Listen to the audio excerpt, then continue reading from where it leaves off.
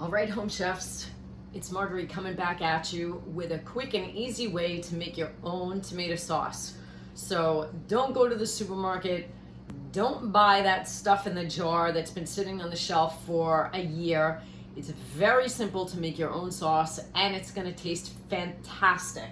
So what I like to use is actually Cento. I find that they just have sweeter tomatoes. And what I buy are two 28-ounce cans, I think they're the 28-ounce cans, yes, of crushed tomatoes, along with one 28-ounce can of the puree and one small can of the paste. I already chopped up a little bit of onion and a little bit of garlic. If you don't like onion, or you don't like garlic, or you don't like either one of them, don't use it. In the words of Emeril Lagasse, you're not gonna hurt my feelings. Make it so that you enjoy the taste. I'm just going to put enough oil in here where it maybe is about one third of the bottom of the pan. And in goes my garlic and onion. About low to medium heat because you want it to get flavorful without burning. Basically, you'll know when to add the tomatoes when the onion gets a little translucent and the garlic really, that scent just really becomes strong. And that'll be in just a few minutes. We've got the garlic fragrance going and we've got the translucence happening with the onions.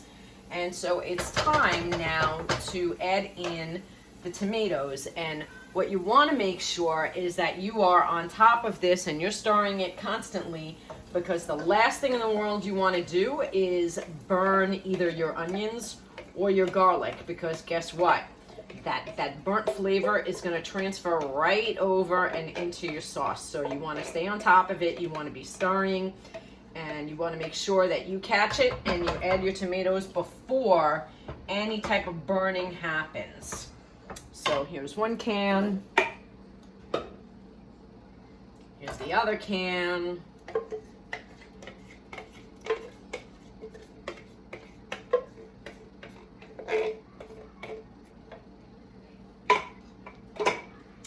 Here's the third can.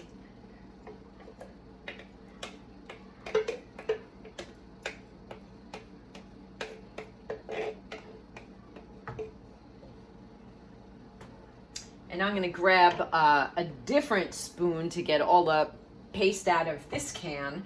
But what I wanted to share with you right now is that if you can see, there's still a lot of tomato goodness in these cans. And so what I'm going to do, because we do want to add a can of water just to thin this out a little bit, is I'm going to put the water in the cans and I'm going to move the water back and forth between the cans to make sure that I'm picking up all of the tomatoes that are on the sides of the cans. I miss nothing and it all gets in the pot. Here comes my jar of water.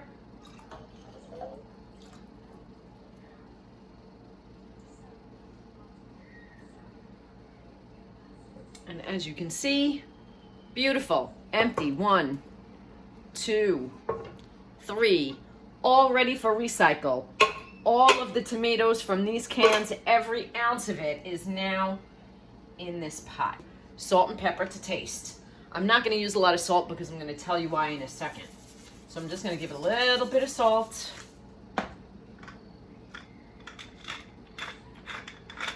Again, nothing beats freshly ground peppercorns. I like pepper, so I'm going to give it a lot of pepper. Again, you adjust it to your taste and what you like. I usually use a tablespoon of sweet butter. I will also use a little bit of sugar to also give it a little sweetness, because the canned tomatoes can be a little acidic. And I won't use the whole tablespoon. Again, I'm gonna taste it halfway through cooking. You don't want to taste it now, it's too raw. And see if I need to adjust anything in terms of salt, pepper, or other seasonings.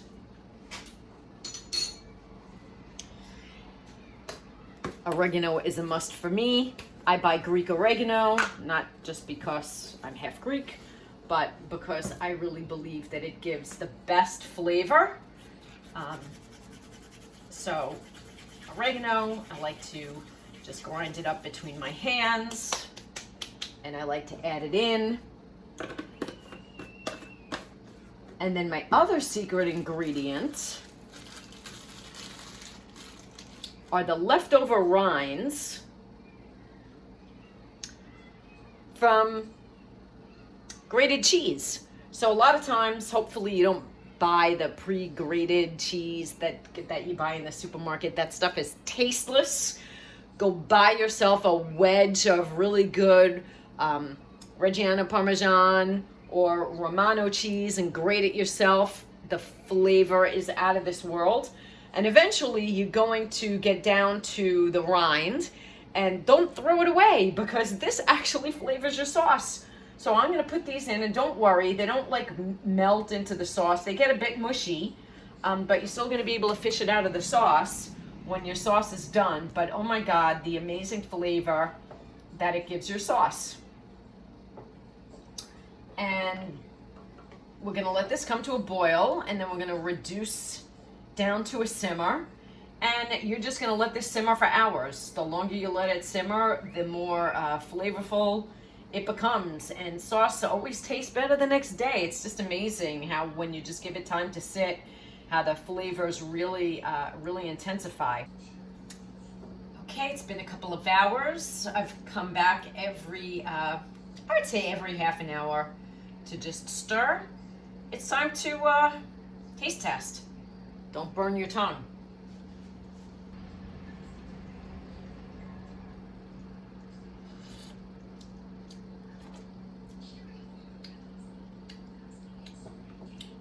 You know what?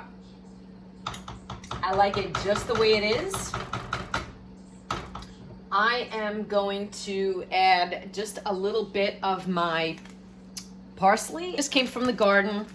All I do is grab it, rinse it, freeze it, and I have fresh parsley all year long as I need it. I love parsley, so I'm gonna put a lot of parsley in there. And eventually I'll just fish it out, but it's going to give a nice parsley flavor to my sauce because that's what I like. You may not like it. Again, season to your taste, but I feel like this is all I needed to do to my sauce, and I'm gonna cover it, and I'm going to let it cook for 1 more hour, and then it's done.